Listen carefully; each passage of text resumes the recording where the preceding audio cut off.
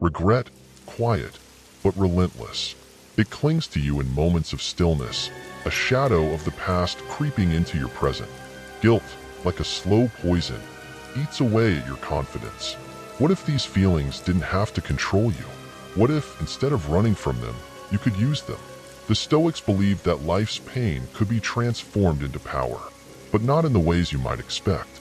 In this journey, you'll learn 8 radical Stoic practices to master guilt and regret. Practices that will reshape how you live with your past and guide your future. So our first practice is, guilt is a phantom. Imagine guilt as a figure standing at your doorstep, uninvited, yet impossible to ignore. You open the door, and it floods your home, suffocating every room. But what if guilt isn't real? What if it's a phantom, created entirely by you? Think of this. Guilt has no form, no substance. It's a story you tell yourself about who you should have been, not who you are. Stoicism doesn't tell you to forgive yourself in the usual sense. It tells you to see guilt for what it truly is, a shadow that vanishes in the light of reality. Epictetus didn't just talk about controlling emotions. He urged us to see things as they really are. It's not events that disturb us, but our judgment about them. Your guilt? It's a distortion. The situation that haunts you is gone. What remains is the illusion you've fed. The moment you realize this phantom is made of your own perception, it loses its power. Step outside. Look back at that phantom waiting at your door and notice how it fades in the daylight. The past happened, but guilt is only as real as you allow it to be. Second, regret is a signal, not a sentence.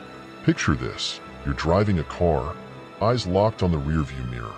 You see the road behind, your mistakes, your regrets, each one a painful reminder. But here's the twist. The mirror is a tool, not a sentence. Regret isn't a judgment, it's a signal. The Stoics didn't dwell on mistakes. They used them as signals to correct their course. Regret is your mind's way of saying, pay attention, adjust. Think of it like this. You wouldn't ignore your car's warning light, would you? Regret is just that, a flashing signal. Something is off, something needs addressing. But it's not your final destination. When you sit with your regrets, ask yourself, what is this moment telling me? Instead of drowning in what you did wrong, see it as a chance to refine your direction. Marcus Aurelius said, waste no more time arguing what a good person should be. Be one. Regret is an invitation to act, to improve. It's not a death sentence for your past actions. It's a signal to evolve. Stop staring in the mirror. The road ahead is wide open if you let regret guide you, instead of chain you down. Third, wear guilt like armor. Imagine guilt as a heavy suit of armor you've been forced to wear. Each clang of the metal reminds you of your past, each step weighed down by mistakes you cannot undo. But here's the twist. What if this armor didn't slow you down but protected you? The Stoics taught that experiences, even painful ones, could be forged into strength. Seneca said, difficulties strengthen the mind, as labor does the body. The weight of your guilt isn't a curse, it's the raw material for resilience. Instead of shedding the armor, wear it proudly. Each mistake, a battle scar. Each regret, a shield. Your guilt doesn't make you weak. It makes you invincible. Why? Because you've survived it. You've lived through the worst of your mind, and you're still standing. The secret isn't to remove the armor, but to understand its value. Guilt? It's proof you've learned. Mistakes? They're lessons wrapped in metal. Feel the weight of your armor, but instead of it dragging you down, let it remind you of how strong you've become. Every step is heavier, but every step makes you harder to break. Walk forward, knowing that what once was guilt is now your greatest protection. Fourth, reverse the regret spiral. You know that moment when one small regret spirals out of control? It's like stepping onto a down escalator.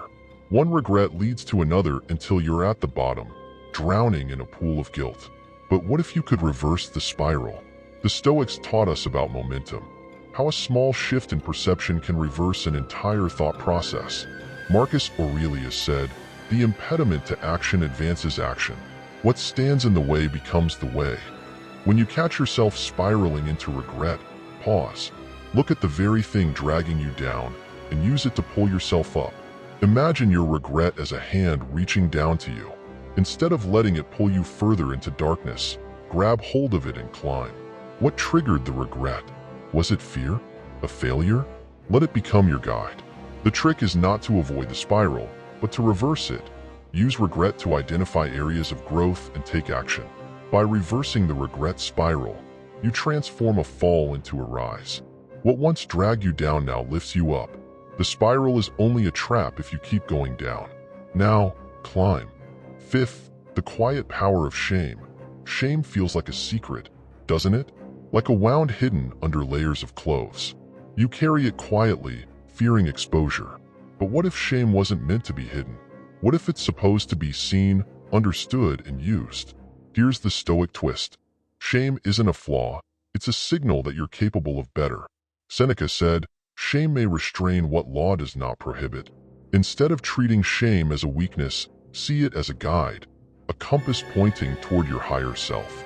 It's uncomfortable, yes, but discomfort leads to growth. Shame is your internal system of checks and balances. Picture it like this. Shame is a candle in a dark room. It flickers, illuminating the parts of yourself you'd rather ignore. But in that light, there's power. You can see what needs to change. The trick? Don't blow out the candle. Instead, let it burn and guide you. Embrace your shame, not as a mark of failure, but as a quiet nudge toward who you need to become. The more you hide it, the more power it holds over you. Shine a light on it, and suddenly, shame becomes strength. Sixth, guilt is the past calling for action. You're sitting on the edge of your bed, staring into the void of past decisions. The guilt pulses in your chest like a warning alarm you can't shut off. But what if that guilt wasn't trying to punish you? What if it was asking for action? The Stoics believe that emotion without action is wasted energy. Guilt exists not to weigh you down, but to point you toward a solution. It's not a reminder of failure. It's a call to fix what can be fixed. Marcus Aurelius wrote, "The best revenge is not to be like your enemy." In this case, the enemy is stagnation. Guilt is the past calling you forward, not to dwell, but to act. Did you wrong someone? Apologize. Did you fail? Learn and rebuild. The sensation of guilt is energy begging for direction. Use it. Sitting in guilt is like holding a phone call without responding. Answer it. What action can you take right now that will neutralize the regret? Start small. Take the call. Guilt is the past calling, but you are in the present. You hold the power to act now. Seventh, regret is proof you've changed. Think about the last time regret gripped you. Why did it hurt so much? It's because the person you are now wouldn't make the same mistake. Regret isn't about the past. It's proof that you've evolved. The Stoics didn't believe in punishing yourself for who you were. Instead, they saw change as a natural process. Epictetus said, "No man is free who is not master of himself." Regret is the evidence that mastery is already in progress. Imagine regret as a photograph of your former self, someone who didn't know what you know now. When you feel the sting of a past mistake, recognize that it's because you're no longer that person. You've grown. You've learned. Regret, then, is a badge of your evolution. So the next time you feel regret wash over you, don't push it away. Welcome it as a signpost of your transformation. You're not stuck in your past. You're light years ahead of it. Regret isn't holding you back. It's proof that you've moved beyond who you used to be. Eighth, guilt isn't a burden. It's a threshold. You're standing at the door of guilt, hesitating to cross through. The burden feels unbearable, but what if it wasn't a weight to carry, but a threshold to step over? The Stoics believed that adversity, including emotional pain, was an invitation to rise. Seneca said, "Fire tests gold. Suffering tests brave men." Guilt is the fire at your threshold. But here's the twist. You don't need to carry it through the door. You need to walk through the fire and leave the guilt behind. Picture it. Guilt isn't a chain around your neck, but the very fire that forges the better you. You don't emerge burdened. You emerge cleansed.